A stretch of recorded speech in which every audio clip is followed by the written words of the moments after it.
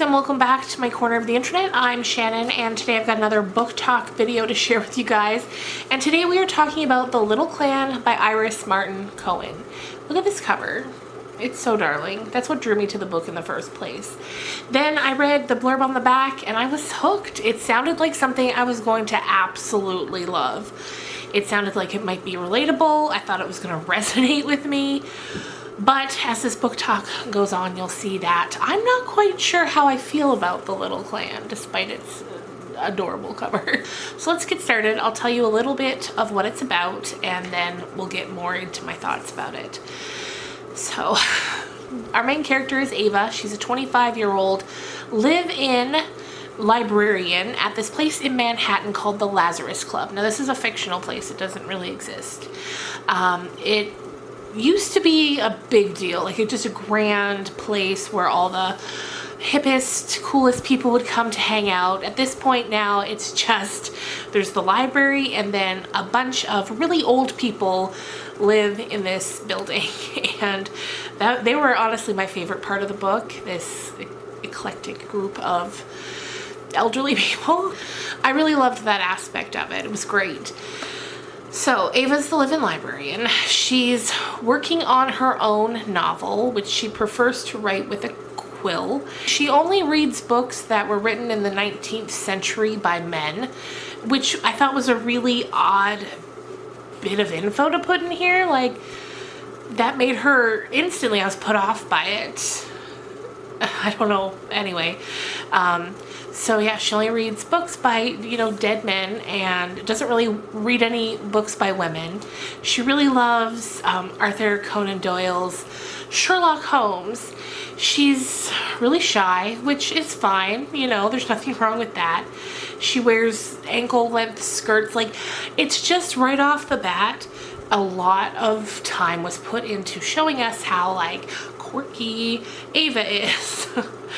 So she's kind of doing her thing. She's struggling with her novel because she doesn't know what to write. Not a lot's happening in it. And she kind of starts to think that maybe that has something to do with, art imitating life. She doesn't do much with her life, so she doesn't know what to write.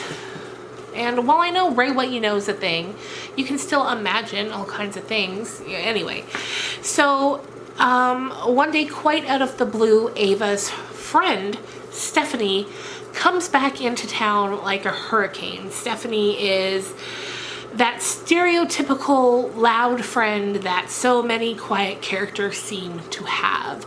So Stephanie's back in town. She's searching for fame and fortune, as she always is, and one day when they're at Ava's little apartment in this Lazarus Club building, Stephanie finds that there's like a secret door that leads to a secret room, and the pair of them get this idea, although I think it's kind of Stephanie's idea at first, I'm not sure, but anyway, they get this idea to turn the room into this private literary themed club.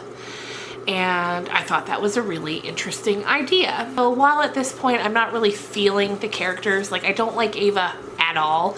Stephanie, at first I'm kind of like, okay, whatever. It's a little stereotypical, but whatever. We'll just keep going.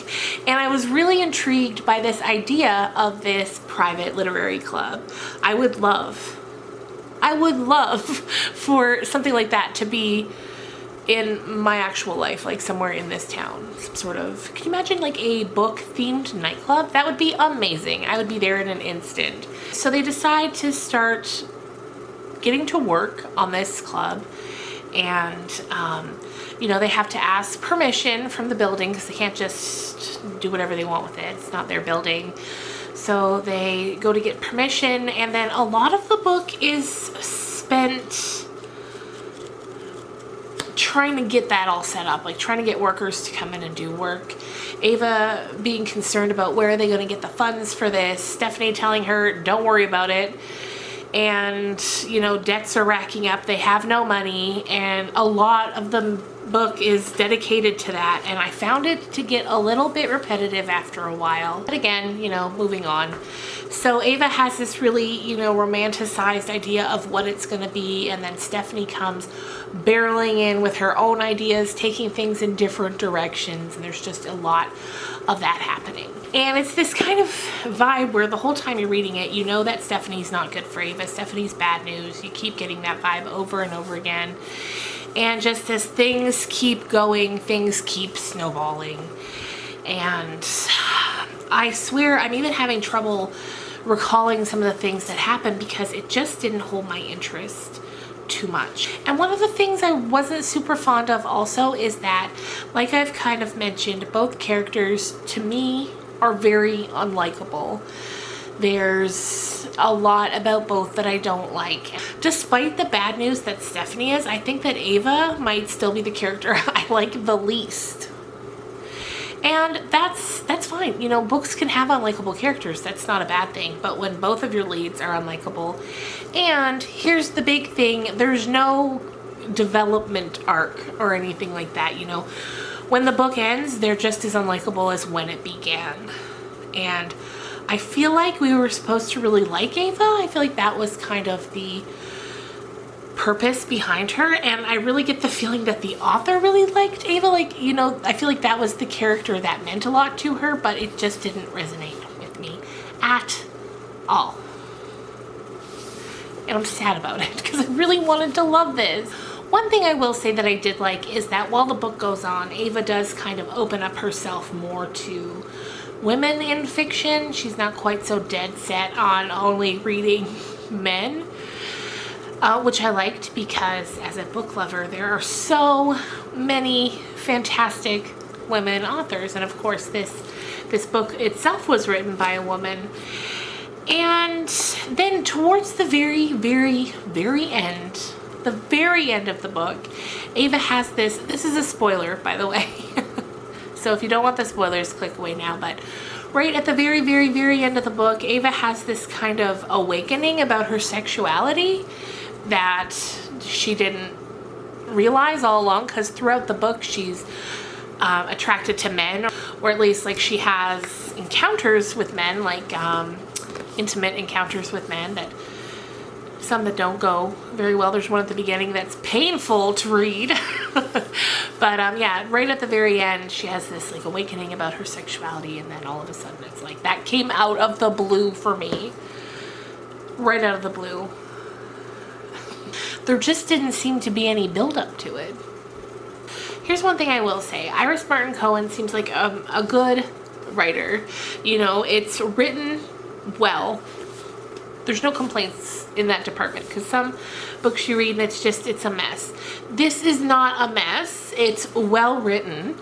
Just for me personally, I feel like the story doesn't quite hit the mark. That could just be a personal preference in terms of the types of stories I like to read.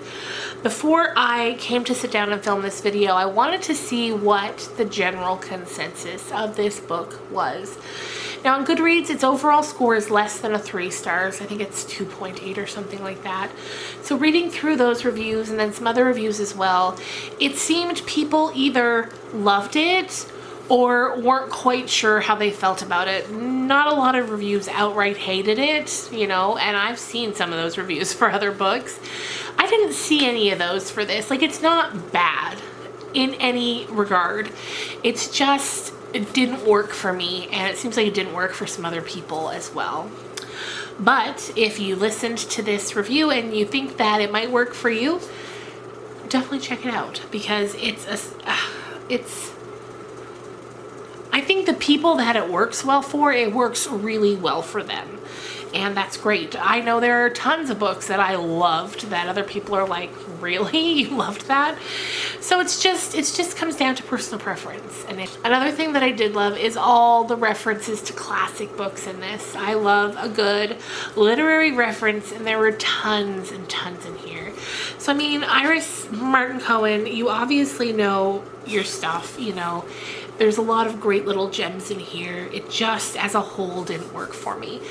That being said, this is Iris's debut novel. I would definitely check out another one by her before I wrote her off as an author that's not for me, you know? So it's not all bad, and I think some of you might love it.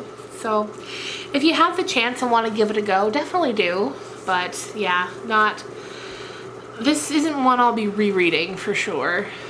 So I like the title to The Little Clan. That's a sort of homage to Proust, which is fun. So yeah, there you go, you guys. Those are my thoughts on The Little Clan by Iris Martin Cohen. If you have read this book, please let me know in the comments below what you thought of it. Are you kind of feeling the same way I did, or did you love it? I would love to hear if you loved it. And I hope you loved it. It always makes me feel bad. Like my reviews, I always am, you know, honest in them, because I want to share with you my true thoughts, but there's still that part of me that feels bad when I didn't love a book in its entirety. But I mean, that's all you can do, right? That's all you can do. Not every book is for everyone. And that's something, as a writer, I'm currently working on a novel, you know, that's a scary part of finishing it and putting it out in the world is, you know, not everyone's gonna love it. That's tough, you know, because of course, if it's something you've written, you love it. You love it. It means a lot to you. The characters mean a lot to you, and you just hope as many people as possible enjoy it. So there you go. I hope you guys have a fantastic weekend, and I will see you on Monday with my third NaNoWriMo update, and then on Wednesday we're gonna have a paranormal video. Bye guys.